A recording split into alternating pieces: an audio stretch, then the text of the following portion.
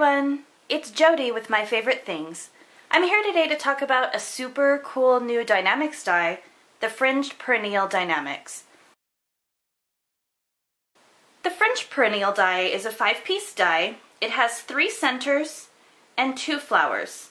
Let me grab some pieces that I've already cut out using the Fringed Perennial Die-namics. What I like to do is use 3 centers, 1 in each size, and I like to double up on the blooms, so I cut 2 large and 2 small. The tool that I use to assemble the Fringed Perennial is the Surebonder glue gun. It's a detailed tip, it dries instantly, and this will make making flowers a breeze. Alright, so first up, I grab the flower and I mold the petals a little bit so that they'll be more dimensional when the flower is assembled. Okay, and then you see this little tab here.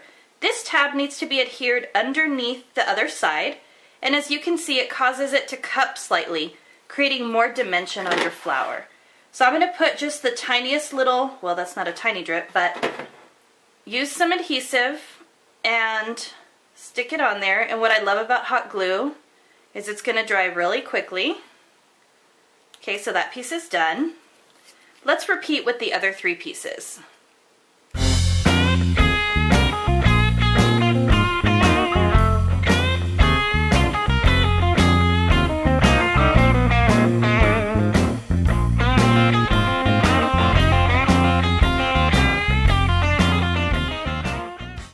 Alright, now that we have all 4 pieces done, let me show you the center. The center is really neat. It's hard to tell on this pattern paper, but all of these pieces are cut in a fringe formation. Fold up the sides of each fringed centerpiece.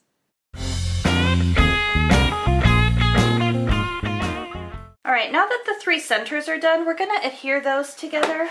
What I do is, again, I use my Surebonder detail glue gun. I put a tiny bit of glue in the center of the largest one, and then sit my medium flower inside. Use the glue gun again for the medium center and put the small center inside. Remove all the little glue gun extras and just make sure it's all in one piece.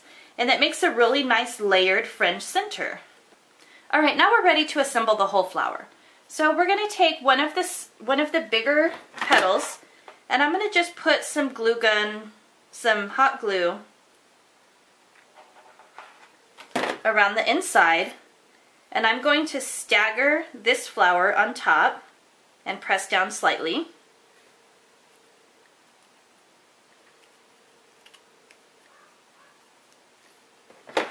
I'm going to add more hot glue on top of this one and add the smaller flower, again in a staggered formation. You could do it straight on if you want. This is just the way I prefer to do it. Another bit of hot glue, and the last flower portion. So you can see this is coming along quite nicely. The last finishing touch is to add the center on there. Make sure that's nice and adhered. What I do is I put the glue on the center, and I put a hefty amount to make sure that it sticks on well. Some of it's going to go through the center, and then I just stick it on. I'm going to show you one more material to try it in, and that is using the felt from My Favorite Things. I've cut out, again, 2 of each, and this time I'm going to combine the felt flower with the cardstock center. Now these we don't have to form in any way because the felt's not going to hold the shape unless you use some sort of stiffener. So let's just make the different layers.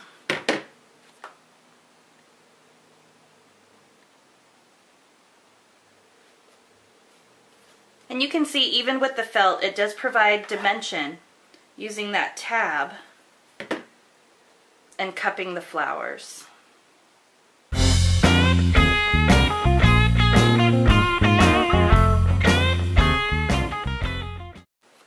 And then we we just need to prepare the centers in the same way.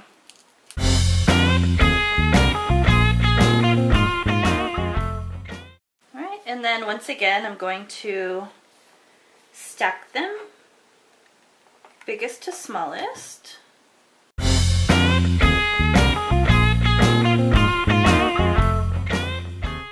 Alright, so I'm going to do the same thing I've done the previous times. Stagger the petals, hot glue them together. You could use liquid glue as well, but I just prefer the convenience and ease of a hot glue gun.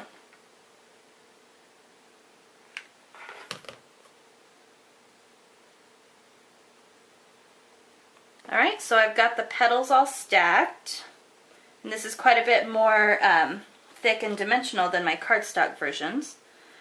Let me add adhesive down here